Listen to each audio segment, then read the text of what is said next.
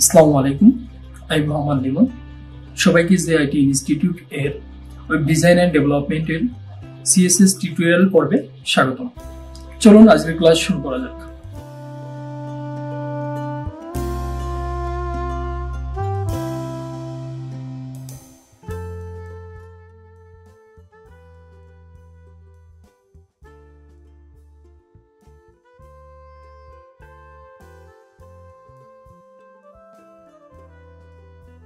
এর আগে আমাদের আসলে ওই কিওয়ার্ড পড়ছেন।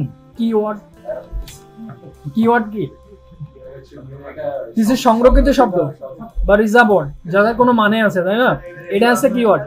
তো আপনার এইচটিএমএল এ একটা ওই সংরক্ষিত কিছু স্টোরেজ আছে, ঠিক আছে, যার বাইরে আপনি কিছু করতে পারবেন না।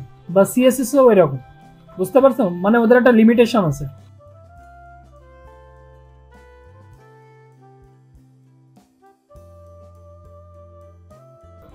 এই স্ক্রল করার তো দরকার নেই। এই যে আপনি যখন আমি এই যে মার্ক করে দিলাম না, এই কমেন্ট করলাম, তখন আপনার স্ক্রল আছে, এই যে স্ক্রল, বুঝতে পারছেন? আর ফিক্স মানে কি,